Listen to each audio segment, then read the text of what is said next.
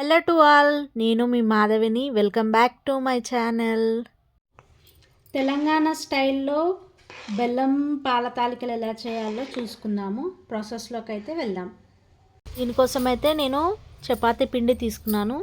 ఒక పావు కిలో చపాతీ పిండి తీసుకొని దీంట్లో కొద్దిగా మరీ ఎక్కువ వేసుకోవద్దు. ఎప్పుడైనా స్వీట్లో చిటికడంతా సాల్ట్ వేసుకోవాలి. వేసుకొని చపాతీ పిండిలాగా వాటర్ వేసుకొని కలపాలి. దీన్ని మెత్తగా కలుపుకొని చపాతీ పిండిలాగా కలుపుకొని సైడ్కి అయితే పెట్టుకోవాలి. మన గోధుమ పిండి సేమ్ చపాతీ పిండిలాగా ఇలా కలుపుకోవాలి. మెత్తగా కలుపుకున్న తర్వాత కొద్దిగా ఇలా ముద్దలాగా తీసుకొని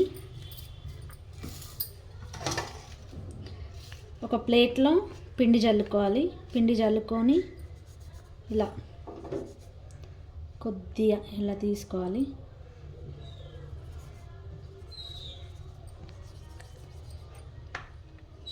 ఇలా తాలికలు చేసుకోవాలి. ఇలా కొద్దిగా తీసుకొని ఇలా చేసుకోవాలి.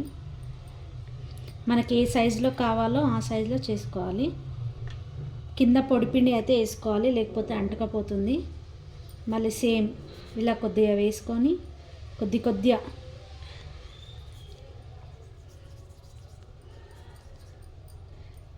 ఇలా చేసుకోవాలి. ఇలా చేసుకున్న తర్వాత మనం పాల తాలికలు తెలంగాణ స్టైల్ ఎలా చేసుకోవాలో చూపిస్తాను.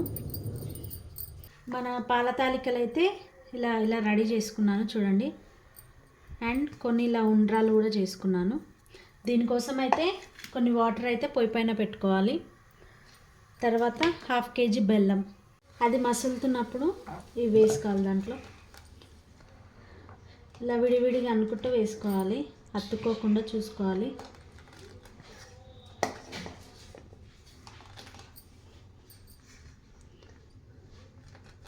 అన్నీ వేసుకొని కొద్దిగా ఉడకనిద్దాము. దీన్ని చూసి జాగ్రత్తగా వేసుకోండి, వాటర్ చిల్లుతుంది.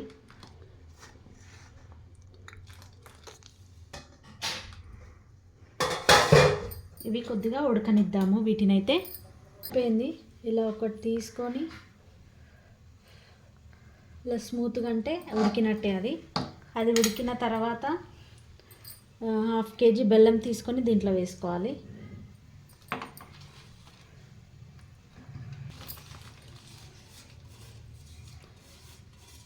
బెల్లం మొత్తం కరిగిపోయేదాకా చూస్తూ ఉండాలి. బెల్లం మొత్తం కరగనిద్దాం. బెల్లం మొత్తం కరిగిన తర్వాత పిండి వాటర్లో కలుపుకున్న ఈ మిశ్రమాన్ని మనం అందులో పోసుకోవాలి. మెల్లిమెల్లిగా చూసుకుంటూ పోసుకోవాలి. అది థిక్గా అవుతూ ఉంటుంది. కలుపుకుంటూ చూసుకుంటూ పోసుకోవాలి.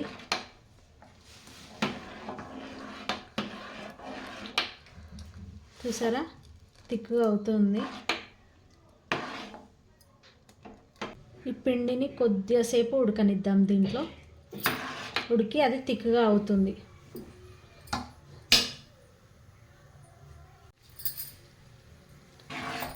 చూసారా, అది ఉడుకుతుంది.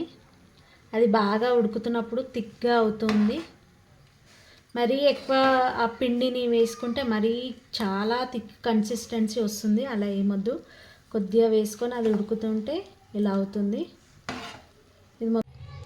ఇది మొత్తం ఉడికిపోయింది. ఇప్పుడు స్టవ్ ఆఫ్ చేసుకొని తర్వాత డ్రై ఫ్రూట్స్ అయితే బాగా వేయించుకొని నేనైతే నెయ్యిలో వేసుకున్నాను. నెయ్యిలో వేయించుకొని దాంట్లో వేసుకొని మిక్స్ చేసుకోవాలి. అందరూ చూస్తున్నారు కానీ లైక్ కొట్టట్లేదు, షేర్ చేయట్లేదు, సబ్స్క్రైబ్ చేయట్లేదు. Thank you for watching.